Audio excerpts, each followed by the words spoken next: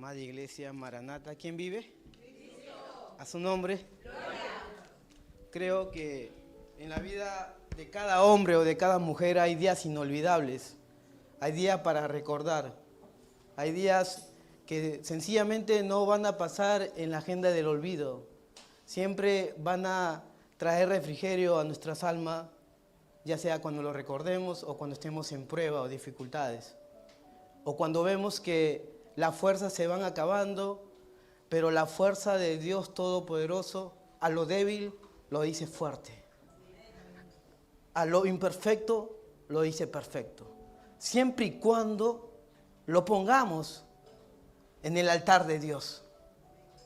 De otra manera no funciona la vida cristiana. La vida cristiana no funciona con autosuficiencia. Todo es depender de Cristo. Todo es no solamente depender de Cristo, es entregar a Cristo toda nuestra vida, nuestros pensamientos, nuestras emociones, aún nuestra manera habitual de vivir diariamente. Porque déjame decirte que si no lo haces de esa forma, lastimosamente vamos a acabar yéndonos a un camino que no va a tener destino final, Cristo. Hay caminos que al hombre le parece derecho, pero su fin es camino de muerte. La Biblia nos enfoca, la hermana leyó el Salmo 32 que habla sobre el arrepentimiento de David. Cómo este hombre salmista, ungido de Jehová, que había tenido miles de batallas y en esas miles de batallas había logrado éxito. Y sobre todo había discipulado a 400 personas que eran lastimadas, que eran simplemente desechadas, pero simplemente David les contagió esa confianza que él tenía en Dios. Pero a través del tiempo, porque es todos los días, no es que ganas una batalla y eso te va a servir para toda la vida, no. Todos los días tenemos batalla. El guerrero no es guerrero si no tiene batallas o guerras. Hay que tener guerra para ser guerreros. Hay que tener lucha para ser campeones. Porque si no lo tiene, simplemente es algo superficial, efímero. Es simplemente algo emocionante. Permíteme ir al libro de Josué, capítulo 4, versículo del 1 al 9. Vamos a ver una generación. Esta generación, lastimosamente, vivía de recuerdos. Es la segunda generación que habían salido de Egipto. Habían visto milagros y prodigios. No podían dudar quién era Dios, porque ellos vieron claramente que Dios abrió el mar rojo. Vieron claramente que hubo 10 plagas, de cómo Dios le sacó con un poderío, sin discutir, sin decir, wow, lo hizo Dios. No, ellos no. Pero déjame decirte que esta generación está aprendiendo algo nuevo, algo que ellos tenían que entregar para llegar al propósito que habían sido creados ellos. Mira, vamos a leer capítulo 4, versículos del 1 al 9, en forma antifonal. Yo el número 1, ustedes el 2 y así hasta que acabemos, hasta el 9. Cuando toda la gente hubo acabado de pasar el Jordán, Jehová habló a José diciendo: y mándales diciendo, tomad de aquí, de en medio del Jordán, del lugar donde están firmes los pies de los sacerdotes, 12 piedras, las cuales pasaréis con vosotros, y levantarás en el lugar donde habéis de pasar la noche.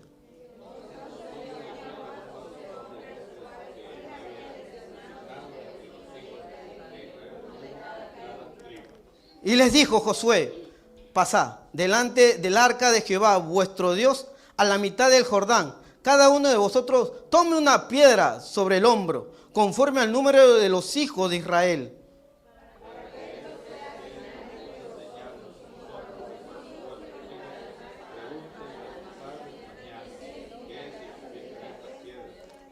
Le responderéis que las aguas del Jordán fueron divididas delante del arca del pacto de Jehová, cuando ella pasó el Jordán, y las aguas del Jordán se dividieron, y estas piedras servirán de monumento conmemorativo a los hijos de Israel para siempre.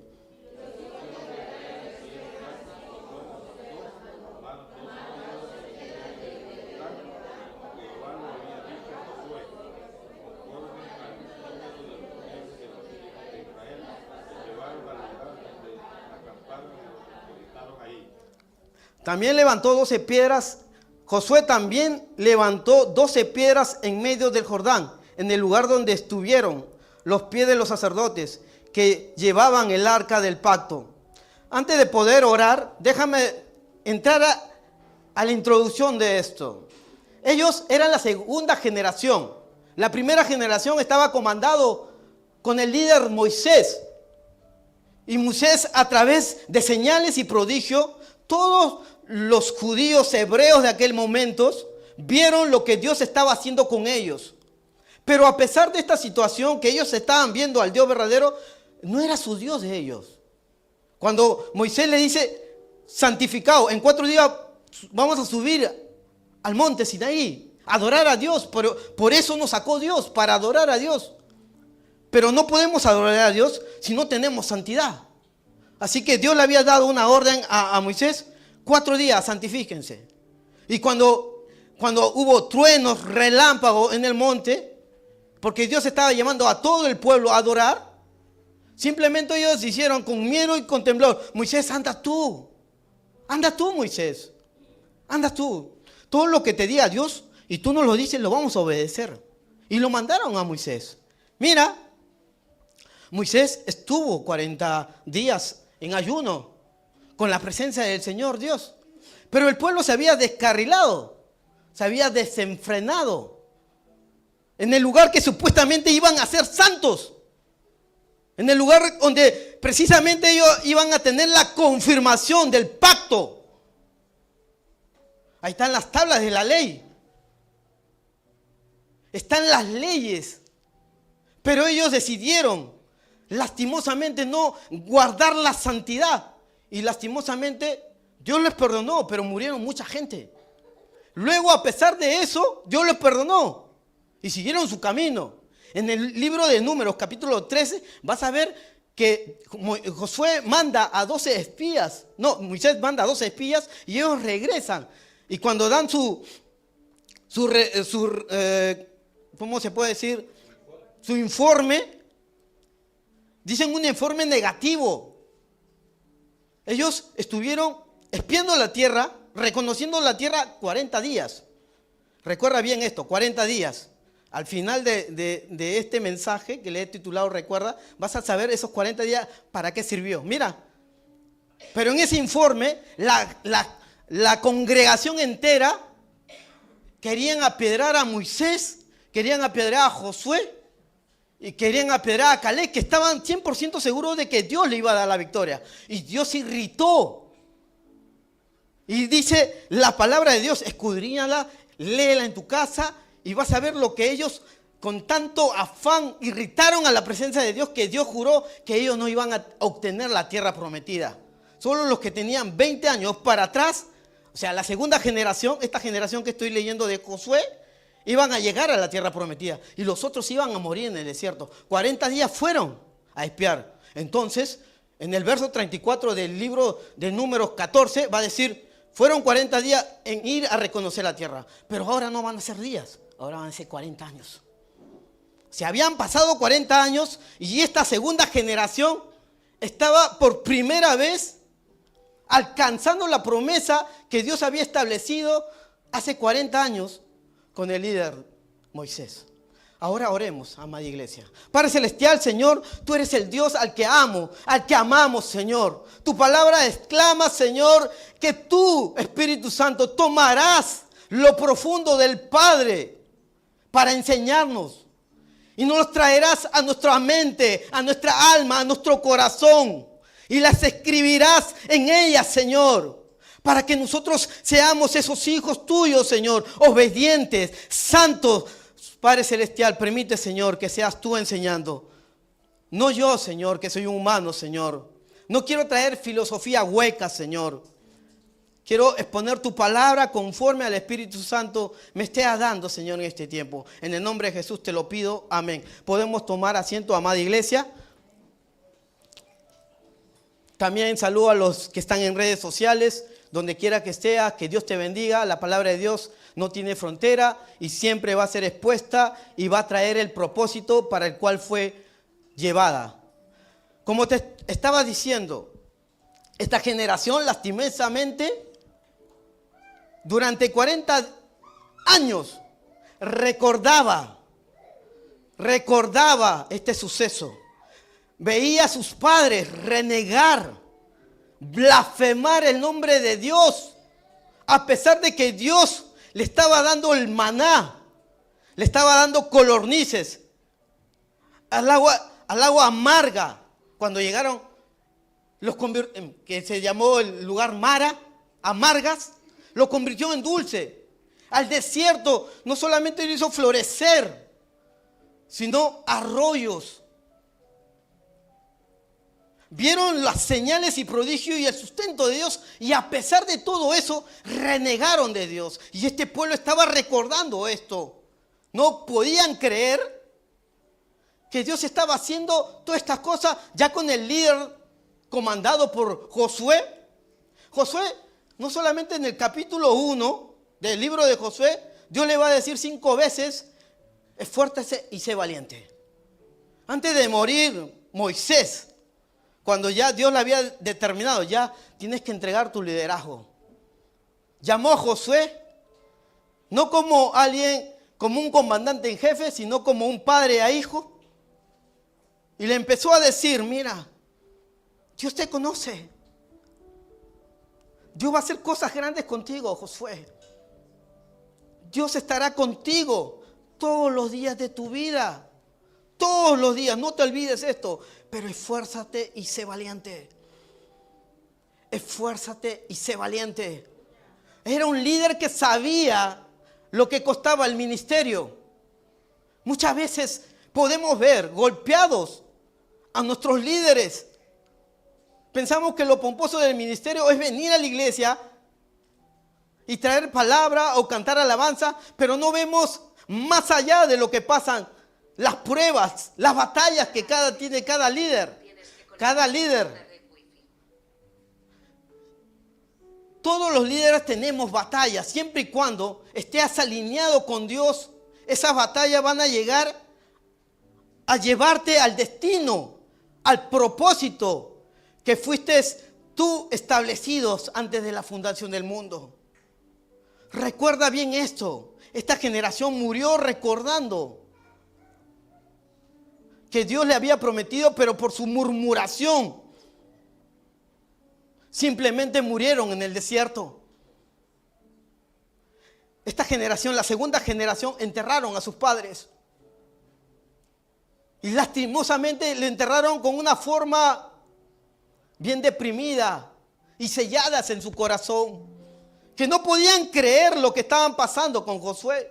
En el capítulo 3 de Josué vas a ver lo que Dios, cómo hace, cómo abre el río Jordán y ellos pasan todos.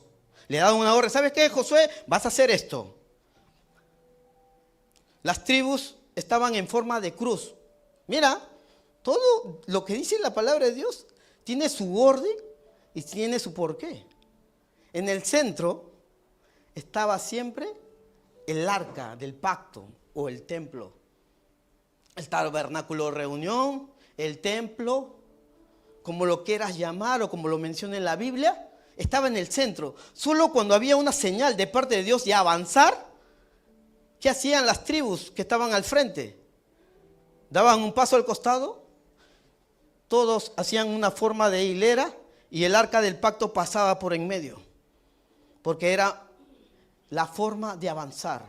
Ellos no avanzaban sin que la presencia de Dios esté adelante.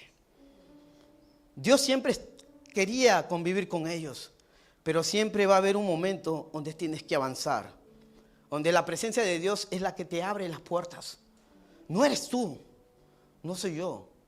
Si la presencia de Dios no abre la puerta, sencillamente así la fuerzas, así hagas lo que hagas, no vas a obtener las riquezas sin gloria de Dios. No estoy hablando de economía, estoy hablando del reconocimiento de parte de Dios como hijo y como hija del reino. Porque para eso Dios nos llamó para esto. En 1855 nació una persona que supuestamente era un retrasado mental. A la edad de 8 años, sus padres se mudaron a Michigan, en Estados Unidos. Thomas Alva Edison. Le escribieron en la escuela. 3 meses nomás estuvo ahí y le llamó el director de la escuela. Le dijo: Thomas, ven para acá, pequeño. Hazme un gran favor. Sí. Quiero que lleves esta carta a tu mamá Nancy. Y solamente la pueda leer tu mamá Nancy. ¿Está bien, Tomás? Sí, profesor, sí, director. El niño Tomás fue a su casa. Su mamá siempre lo recibía. Él era el menor de 8 hijos.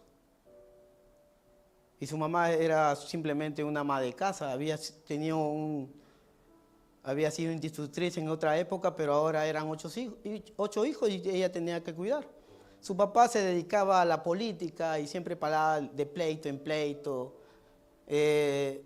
lastimosamente agotando el tiempo que tenía que dar a sus hijos en pura política.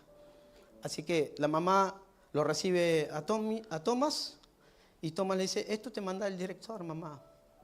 Y él se queda ahí, le entrega, su mamá abre la carta y empieza a leerla y empezaron a brotar lágrimas de la mamá.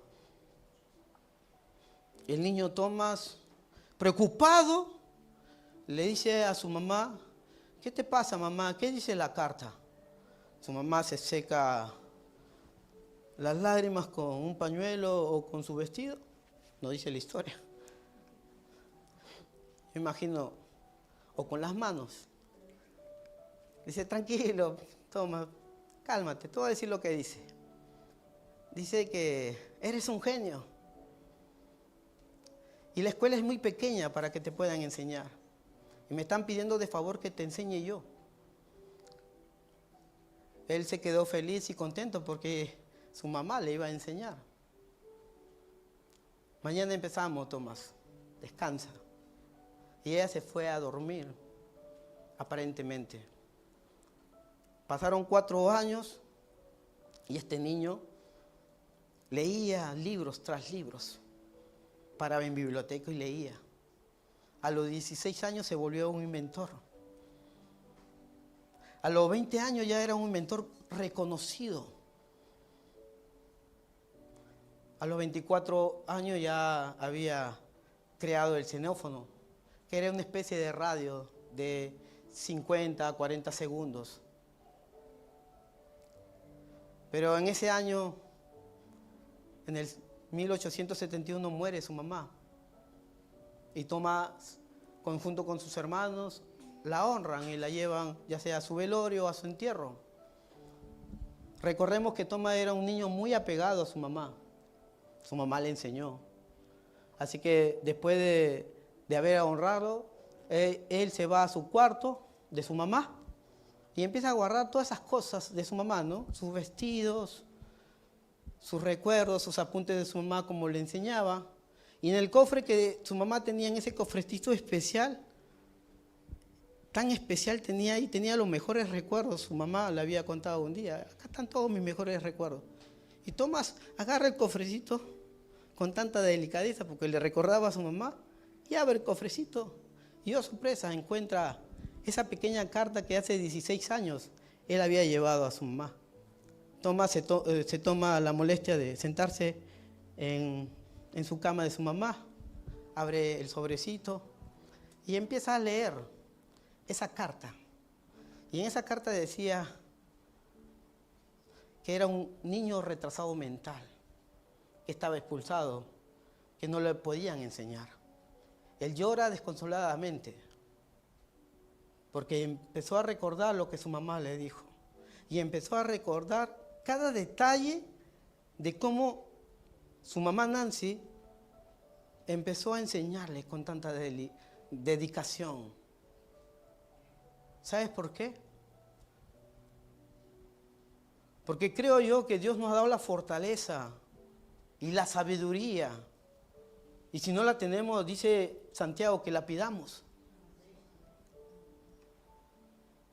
Tomás, acabar su epitafio final, dice: Thomas Alva Edison fue diagnosticado mentalmente, lastimosamente retrasado mental, pero por una gran madre llegó a ser el inventor del siglo. Él inventó 1050 inventos, entre ellos la bombilla incandescente, el foco, la luminaria. Ya existía, pero era en forma de gas y solamente la realeza lo tenía. No había alumbrados públicos, no había alumbrados en las casas. A través de antorchas o de veleros solo podían obtener luz. Pero este genio, en 1879, después de 5000 intentos, inventó la bombilla y revolucionó no solamente a su generación, a nuestra generación hoy en día. Estos pequeños genios fueron desechados, como Nikola Tesla, que hoy en día es nombrado, ¿no? Pero ve su historia y te vas a dar cuenta que fue desechado por esa generación.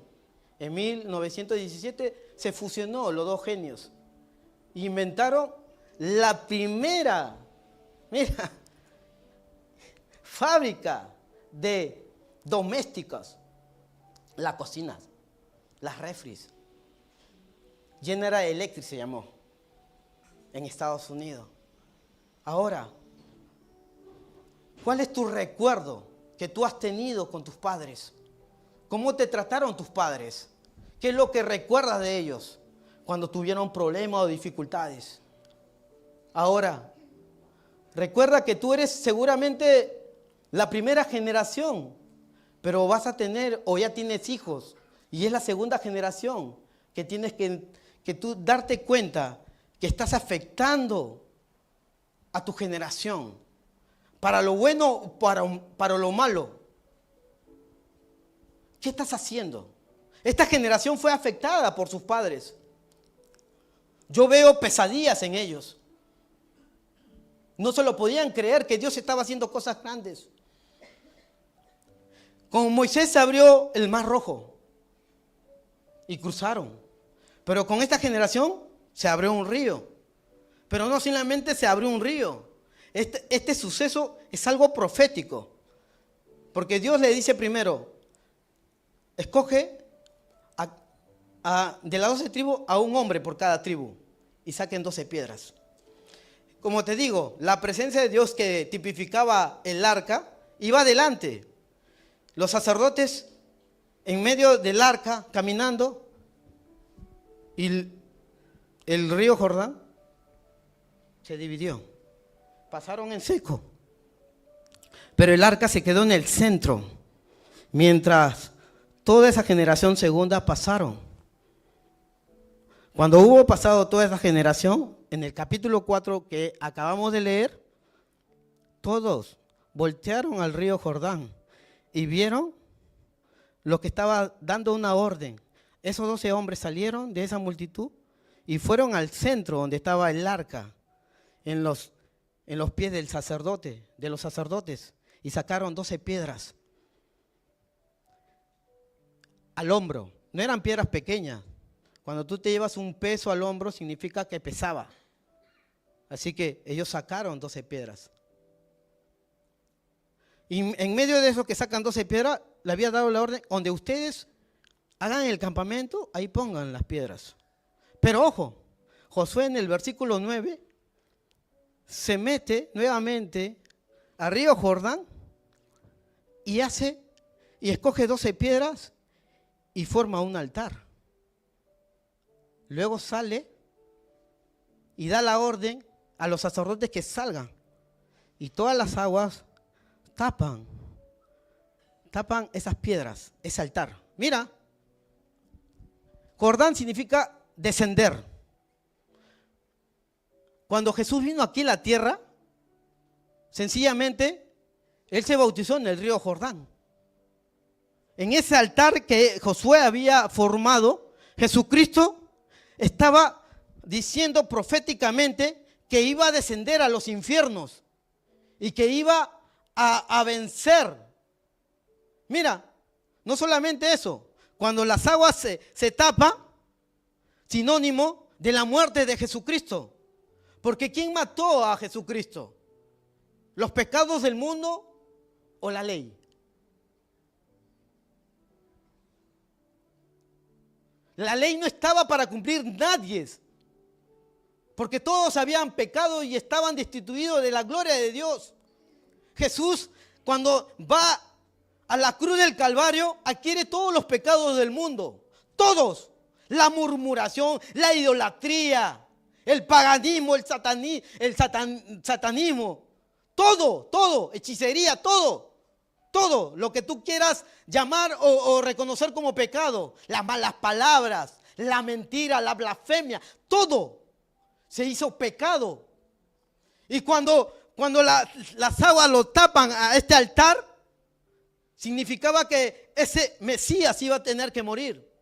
¿Cómo lo presenta Juan el Bautista a Jesús? Ahí está el Cordero que quita el pecado del mundo. Mira, Jesús caminó enseñando a sus discípulos y a los apóstoles, porque no solamente tenía 12, sino 70 más, y otros que se añadían y que se iban también se retiraban. 3 años. Cuando lo presenta Juan el Bautista como el Cordero tenía que tener 3 años para ser sacrificado. Tenía que ser perfecto. Y Jesús fue perfecto. Caminó 3 años. Esa es una profecía que Josué había encontrado. Él descendió a los infiernos para que tú y yo podamos obtener la vida eterna. Porque los gentiles, los que no son hebreos o judíos, estábamos destituidos completamente de Dios. Pero Dios tenía un plan desde el inicio de Génesis. Pero en medio de Jesucristo, a 2 pueblos, tanto los hebreos como los gentiles, que son los extranjeros, rompió las paredes de la enemistad, como le dice el libro de Efesios capítulo 2. Búscalo, lo vas a encontrar, versículos 14 y 15. Él rompió las paredes de la enemistad para que de 2 pueblos haga uno. Ahora, las 12 piedras que tomaron esos patriarcas o esos jefes de cada tribu significaba sencillamente el pueblo hebreo. Y el pueblo sacudido por las aguas significaba todos los gentiles a través de los apóstoles. En el libro de Apocalipsis, capítulo 4, versículo 4, hay 4 seres angelicales, poderosos, pero no solamente me voy a enfocar ahí. Hay 24 ancianos que tipifica, que simboliza la iglesia. 12 del antiguo pacto y 12 del nuevo pacto, la iglesia. Yo me doy con la sorpresa, ¿sabes qué? Que ellos estaban glorificando a Dios, exaltando a Dios, diciendo santo, santo, santo, hablando solamente esa verdad de que tú y yo hemos sido creados para alabanza de su gloria. Ellos glorificaban a Dios a pesar de la tribulación que estaba dándose en la tierra en ese tiempo. Pero Dios ha determinado que tú y yo tengamos esa eternidad con Cristo. Pero tú tienes que entender, tienes que recordar esto siempre, que Cristo murió por ti para darte vida eterna. Porque si tú olvidas esto, ¿sabes qué? vas a afectar a los tuyos. Conságrate a Dios, porque tarde que temprano vas a tener que rendir cuentas a Dios. Tarde que temprano vas a ver los resultados, no en los cielos, sino aquí. Vas a ver por qué tus hijos no quieren saber nada de Dios o por qué tus hijos quieren adorar a Dios. Son el resultado de lo que tú proyectas en las casas. Son el resultado de cómo tú le enseñas que la vida cristiana no se habla solamente, sino se practica constantemente. Que la vida cristiana se adora en cada circunstancia. El día de hoy yo recibí una noticia y me emocioné, como siempre suelo emocionarme. Pero ¿sabes qué? Durante toda esta semana Dios me alumbró con una promesa. Siempre que nace una nieta o un nieto, Dios me da promesas, al igual que cada una de mis hijas. ¿Sabes lo que Él me dio en Isaías 44:3? Derramaré mi espíritu sobre tus descendientes y tus hijos tendrán mi bendición. Ese es mi recordar. En adelante lo veré en la práctica. Aunque me cueste lo que me cueste, bajaré con Jesucristo siempre al decirle: Señor, soy débil, necesito tu fortaleza. Señor, soy necio, necesito tu sabiduría. Señor, necesito amor, dame tu amor. Señor, dame tu intimidad. Permíteme hablar cosas tuyas, Señor. Permíteme impactar y ser inspiración para otra generación que viene. Si tú no lo haces así, simplemente es porque tú no lo quieres.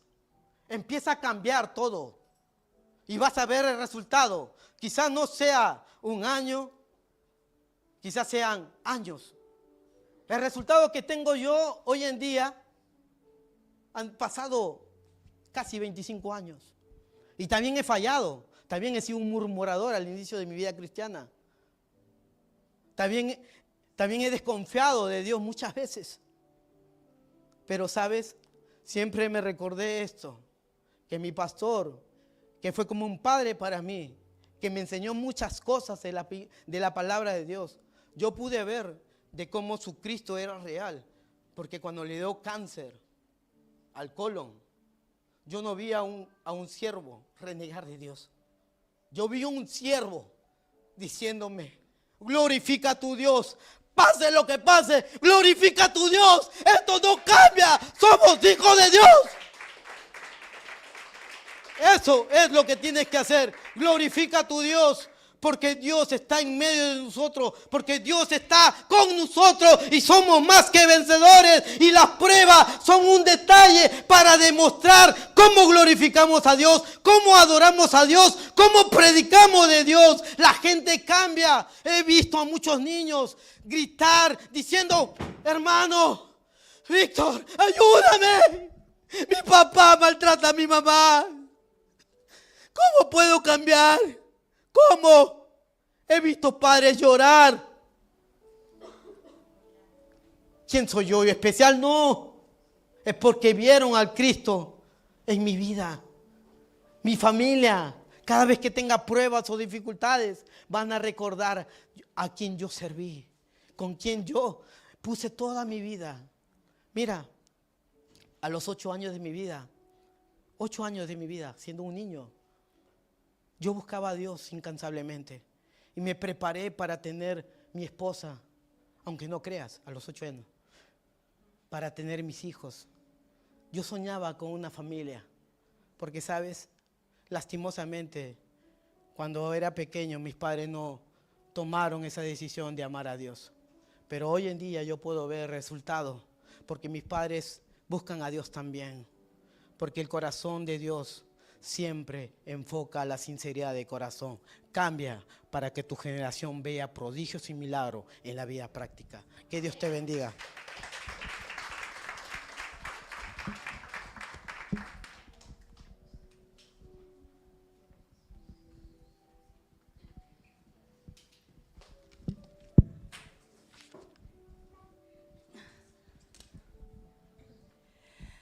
Gloria a Dios. Vivas palabras, ¿no? Dios nos dice, ¿no? Que seguirlo a Él no es fácil.